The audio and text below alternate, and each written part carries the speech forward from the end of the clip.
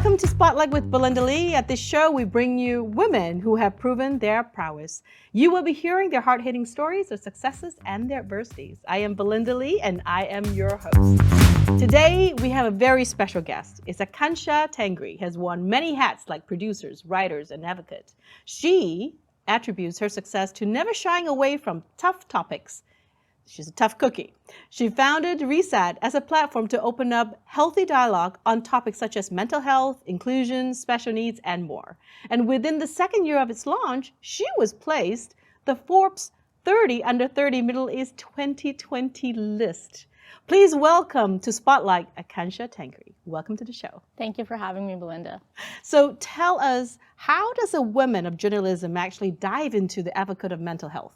See, at the heart of it, I'm still a journalist, and Reset is a platform to cover these topics through a journalistic lens, but also to put forward the lived experiences of people going through mental health challenges from the inclusion and special needs community. So it is still, I would say I'm still a journalist, but to sort of dispel the stigma and the misinformation, that's where I become an advocate, because I've covered communities of color and I've seen how prevalent misinformation and the taboo is around mental health. So I think for me, that is the main aim, is to provide a safe space. Do you think that the taboo in mental health exists around the world or only certain parts of the world? I think it definitely exists around the world, but it is more prevalent in certain pockets, particularly, as I said, in minorities, in certain countries as well, certain cultures, in a lot of patriarchal societies as well. Okay. And Reset is, did you launch that in Canada? I just discovered you're a fellow Canadian. I am, yes. So you're a Canadian that lives in Dubai and in Canada as well? Yes, so I'm essentially a Dubai kid, but I'm also Canadian. So it's I think it's the perfect representation of what Dubai is, because it's a very cosmopolitan, multicultural city. So I think my background of living in various parts of the world complements that. Wonderful. Now, let's talk about Reset a little bit. What is the objective of this platform? For us, it's to provide a safe space and provide access to affordable resources around mental health for people, affordable and I'd say credible resources around mental health. Well, I read up on a lot of this issue, especially since last year when we had COVID-19. And I know that a lot of people are looking into this, was it severe illness around the COVID, the pandemic, how they're being locked up in house, and what is your view on that?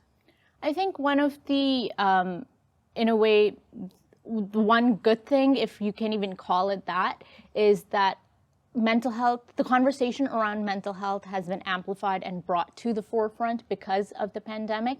A lot of people who've never experienced mental health challenges have started experiencing it for the first time over the past year. And I think organizations, governments, schools have all realized how important it is to pay attention to mental health and to normalize conversations around it. You know, if you look at it in certain parts of the world, governments have allocated budgets to be able to, focus on the mental health aspect of the pandemic. And while we don't really know what the long-term effects of mental health will be, I think it's still very important that we keep the conversation going. And how do you address that, especially in Dubai, which is a rather conservative country?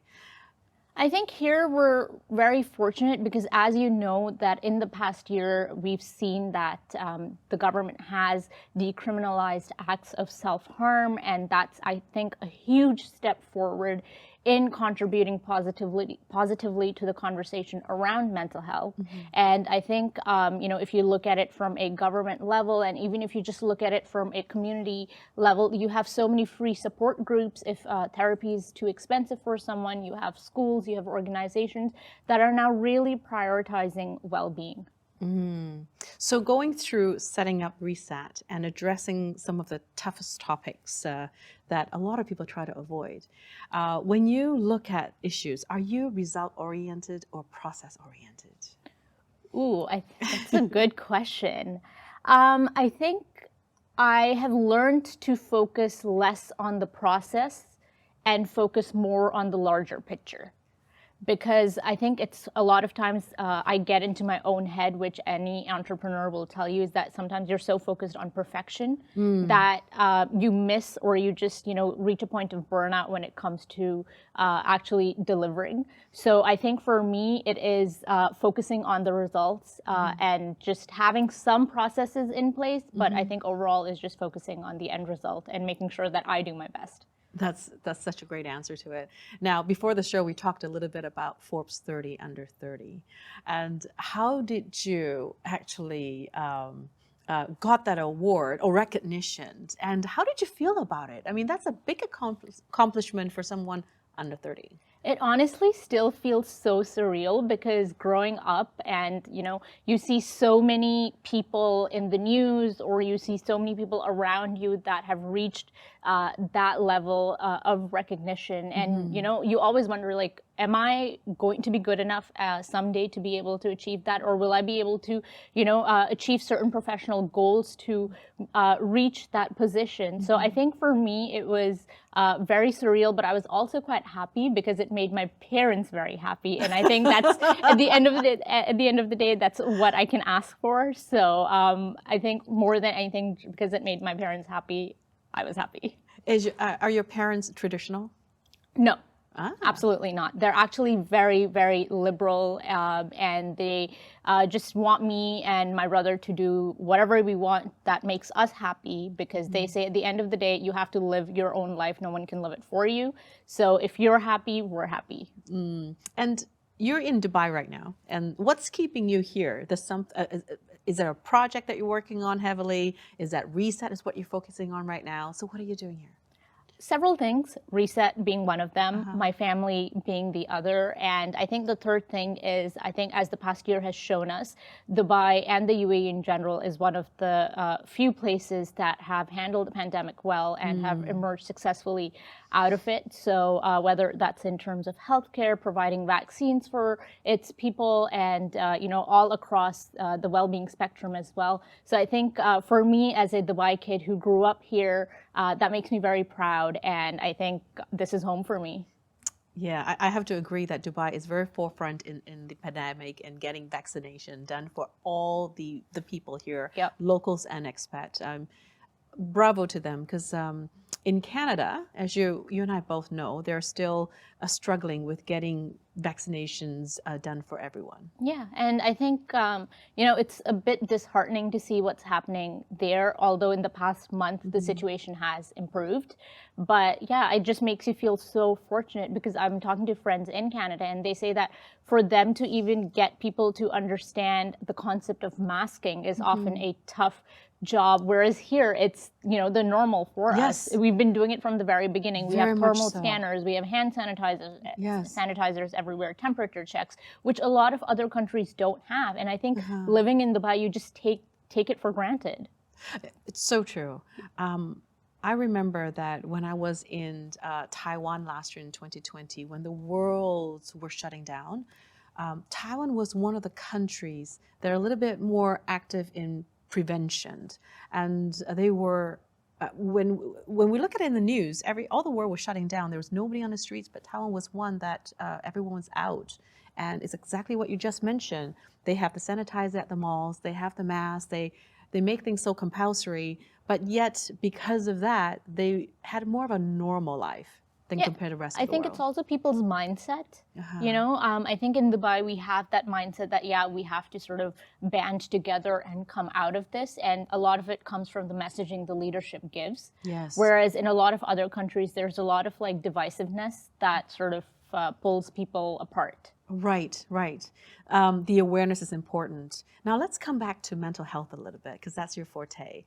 How do you actually build awareness around it? Because it's such a stigma. Have conversations, have open conversations, reach out to people and showcase their stories and their lived experiences, because often that's what another person needs, to be able to hear from someone who is going through something similar and say like, okay, I'm not alone. If this person has been able to see the light at the end of the tunnel per se, there's hope for me. So I think a big part of it is having people trust us to tell their stories, and just also actually have experts at Reset who are able to even offer advice and coping tools and strategies. Okay. It sounds so easy, as you're saying, creating conversations. It must be such a difficult topic to bring out of someone, because no one wants to admit that they have mental issues. So what are some of the biggest setbacks when you're trying to bring awareness to mental issues? Lack of awareness, I think, will be the biggest one. And I think the stigma around it, because a lot of times people will say, oh, my parents can't find out that I'm going through this, or my parents can't find out I'm going to therapy. So it's not only addressing the challenges young people face, it's also reaching out to their parents and you know, making them aware that there is nothing wrong if your child is going through mental health challenges. There is nothing wrong in seeking support. There's nothing wrong in seeking help, to just as you would if you had a physical ailment. So I think a lot of times it is also convincing educators as well as parents to be able to start the conversation around mental health in schools and at home, and to be able to provide resources to their child. Okay. Now, if somebody approaches you and says, you know, I think I have mental problems. So how would somebody actually come across and say, I think I have an issue. What kind of resources do I need? It's such a private thing, you know. So the first thing, we actually have a lot of people who message us on Instagram. Our Instagram DMs are filled with kids messaging us about what they're going through. And one of the ways we tackle that is to create support groups. So especially in the past month or two, considering the situation in India, a lot of young people are going through a very tough time. So we've created a bunch of support groups with therapists for them to be able to come share what they're going through, because a lot of times many of them live with their parents, so they can't necessarily, you know, leave their homes without their parents knowing, or their finances are controlled by their families. So it's just providing free support groups like that. But also we have a lot of resources on our website and Instagram page, which we direct the people to. And we have a list of therapists that we can always point people to. Okay. The India story is such a sad thing that's happened. I mean, I have friends here in Dubai, and they've lost multiple family members because of that. And I can just relate to it affecting. So has COVID, I'm going to ask you a very pointed question, has COVID actually impacted mental health? Absolutely. 100%. And I can give you examples from the conversations we've had in these support groups. We have young people, barely 18 and 19, saying that I'm seeing death all around me and I'm numb. I have no emotions left in me. We have young people telling us that they don't want to live anymore because they don't know what their future holds. We have young people who have become primary caregivers for their parents who are, you know, in ICUs. We have young people who are like taking to Twitter and social media trying to plead for basic resources like oxygen and medication. So 100%, this is not what people should be going through. This is, nobody needs to live like this, but you have a majority of the Indian population who are experiencing this on a daily, in their daily lives. It's almost going through one of those horror movies that you see death constantly, but in a very surreal fashion. Very accepted fashion because of the pandemic. Yeah, it's, you know, it's their new normal. Because, and I've talked to a lot of young people in India, and they say they just dread every time the phone rings or a message pops up. They don't know who's next. We've had young people who've lost their friends, their teachers. That's, I can't even imagine what that's like. Wow, it's definitely affected the world for sure. And the work that you're doing, is it very targeted to this part of the world, or are you getting messages from around the world in North America as well? Because we both are Canadians, and are you getting the same message in North America? I think there's a difference in the level of challenges that people in South Asia are facing versus what's happening in North America. If you look at it, I mean, America last year was a very different story. Yes. You know, it was horrible what was happening there. So we had a lot of young people and we had a lot of teachers talking about and sharing what they were going through. But in Canada also, I think there has been a conversation, but I think the key difference is access to resources in South Asia versus in Canada and America. And also, I think, we have to recognize that social distancing is a very privileged concept, particularly in countries like South Asia where you have living in close quarters, or you don't have an option but to just go out and earn. So I think that's been one of the key differences as well. You mentioned something really, really key. I don't think people understand that social distancing is a privilege. In North America, where space is just an abundant, it's like, okay, that's tons of space around. But here, I do hear that people share quarters, and if one individual is infected, very likely that everybody in the quarters are affected as well. Yep, and you tell people, work from home. Sure, they can work from home, but if you look at what the stories that are emerging out of Pakistan, out of India, a lot of them don't have proper internet connections at home. A lot of children can't do distance learning because they have spotty Wi-Fi, or they have only one cell phone at home or one device, and a lot of times that device will end up going to the male child because their education is prioritized. So then you have girls who are falling out of the education system as well. Oh my goodness. So we really, can talk about that.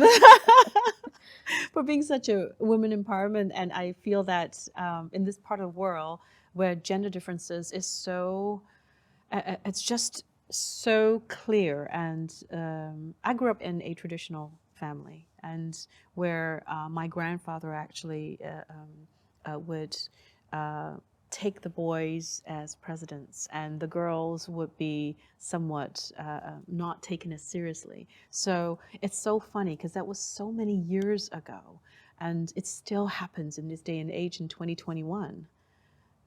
Is it more in India, Dubai, or do you see it more in South Asia?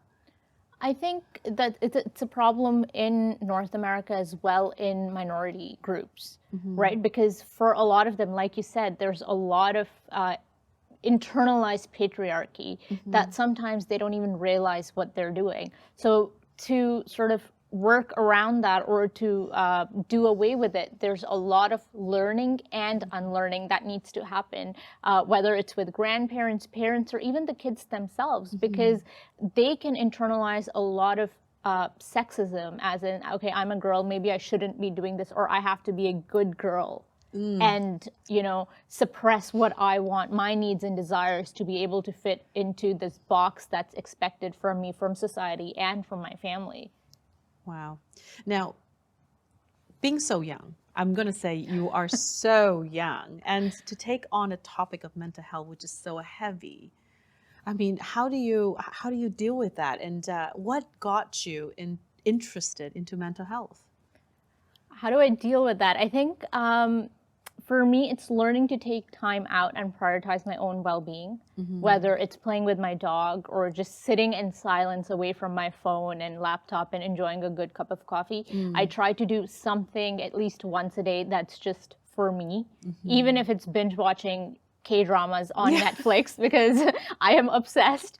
So I'm very similar too. When I have to decompress, it's binge watching. Because I am an introvert, so for me, I'm spending all day on Zoom calls, talking to people, editing, putting stories out. So at some point, I just need to be able to focus on my own well-being, and that for me is just me time. Whatever makes me happy in that moment is what I'm going to do.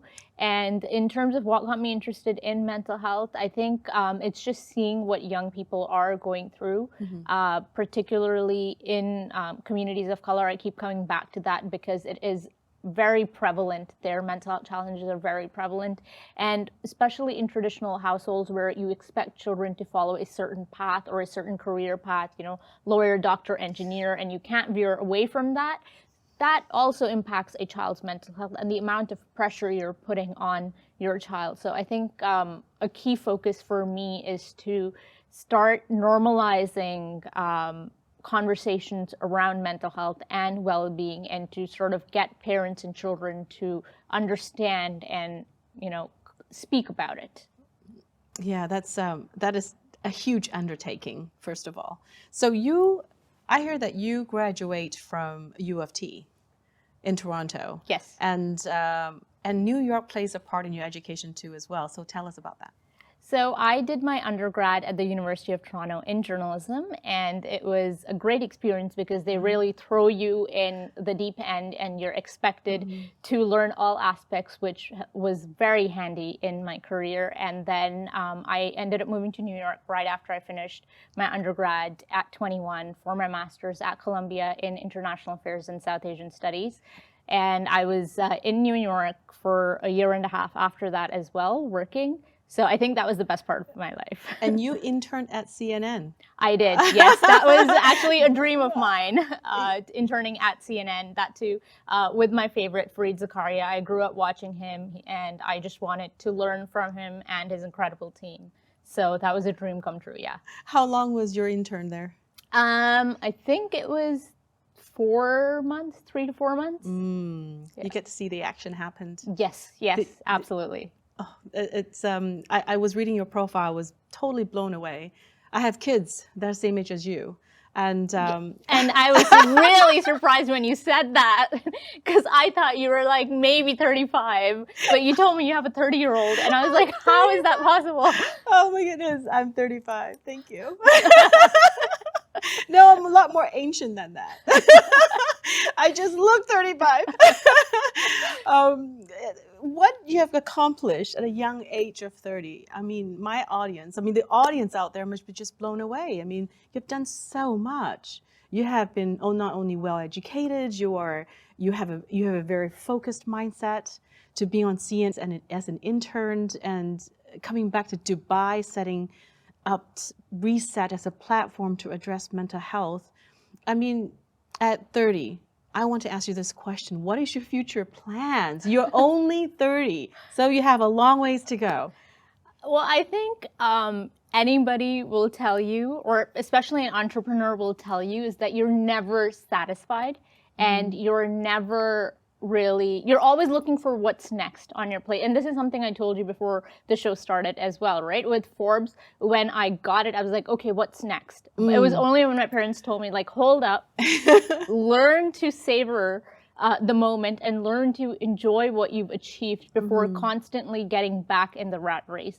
And I think what I've realized is the concept of hustling is so overrated. You know, if I have to move my goals, like the timelines for my goals, that's totally fine, because I've put that pressure on myself. No one else is putting that pressure on me. So I think for my future plans, I'm keeping it flexible, but especially in the pandemic, but I think it is to bring well-being into schools and organizations with Reset, yeah.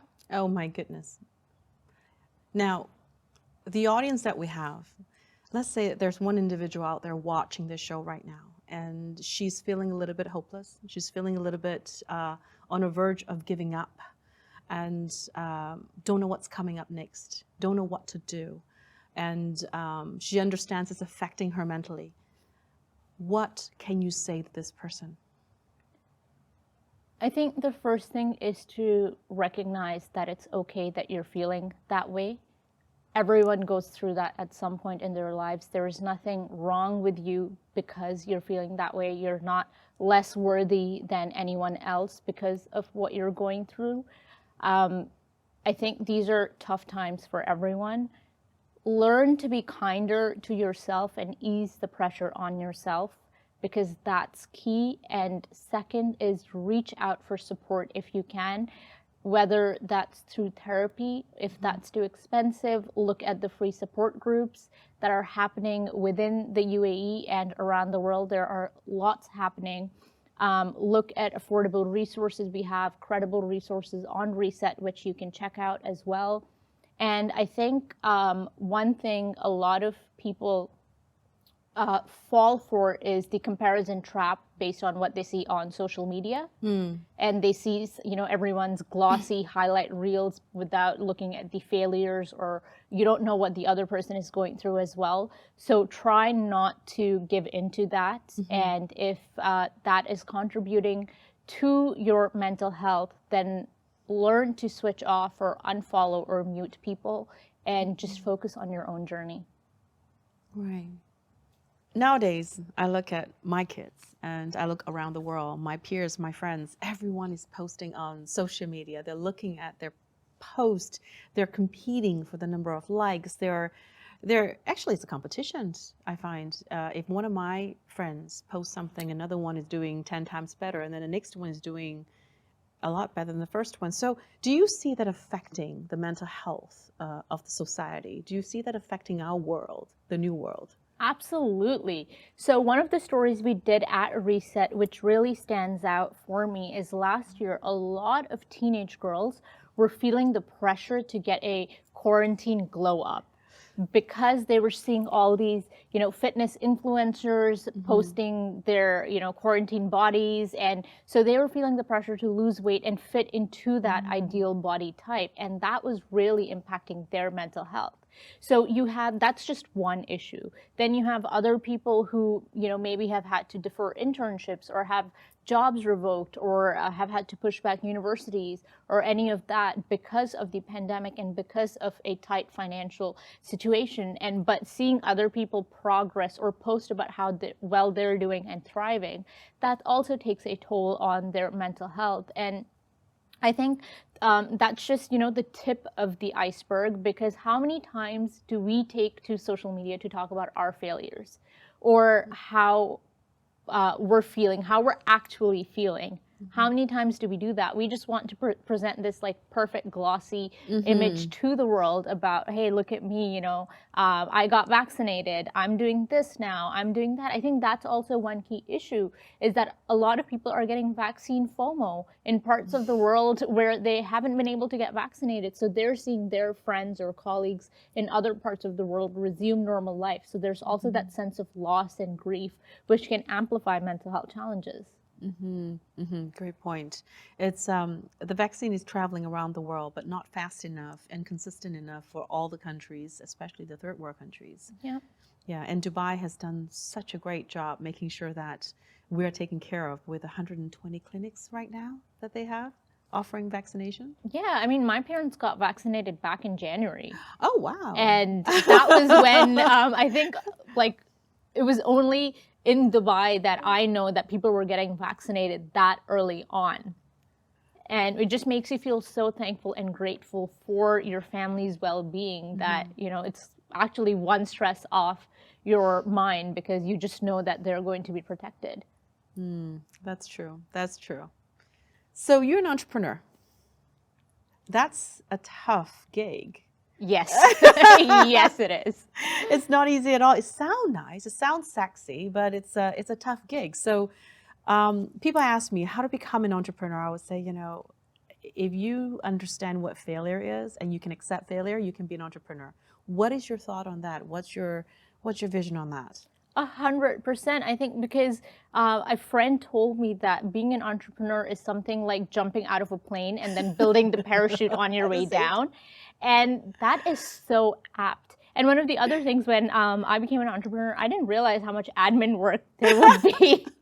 I honestly did not realize. So if anybody is looking to become an entrepreneur, please be prepared for a lot of paperwork on a daily basis, because I just thought I'd be editing and focusing on the journalism aspect, but I didn't realize all the other challenges that come with being an entrepreneur. So definitely reach out to fellow entrepreneurs, particularly those who are in your field that you want to enter. Learn from them, ask them out for coffee or a Zoom call, and pick their brains. Yes, learn from someone who has been there, done that. Yeah. And make the same mistakes so many times. Yes, and be easy on yourself and be flexible. True.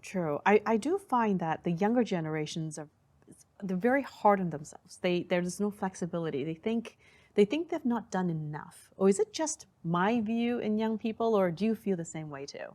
I feel the same way. For me, it's a constant battle that I've not done enough. What's next for me? And I think a big part of that is having people around me give me a reality check and tell me to just sit down. They're like, no, we're not doing this again. You need to sit down and learn to appreciate how far you've come. So I've very actively worked on that. And one thing that really works for me is writing down everything I've achieved and going back and looking at that. So actually I was doing that last night. I think I found, like, from October 2019, I found what I had accomplished, what I'd written down back then, and I compared it to where I am today. And I was like, okay, yeah.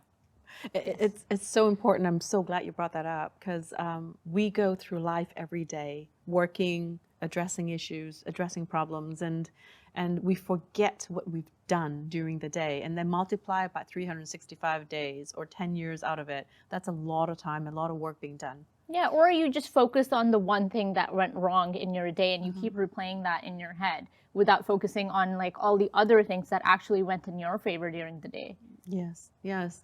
Entrepreneurs like to do affirmation. Do you do that?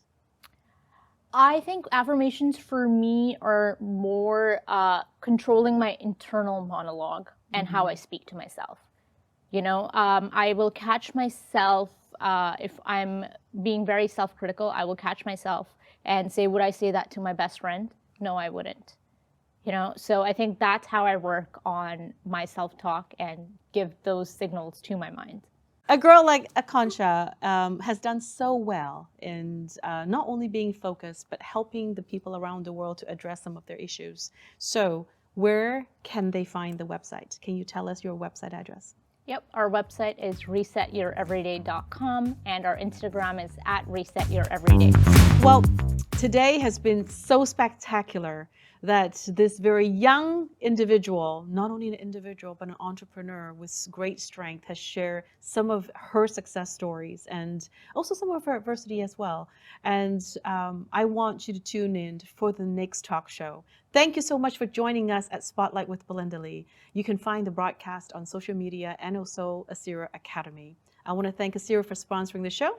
Asira is a social lifestyle community where they offer online academy, travel club, and personality coding technology. Thank you for watching Spotlight. I am Belinda Lee, and I am your host. I am Aakanksha Tangri, and I'm the founder of Reset, and I'm being spotlighted with Belinda Lee.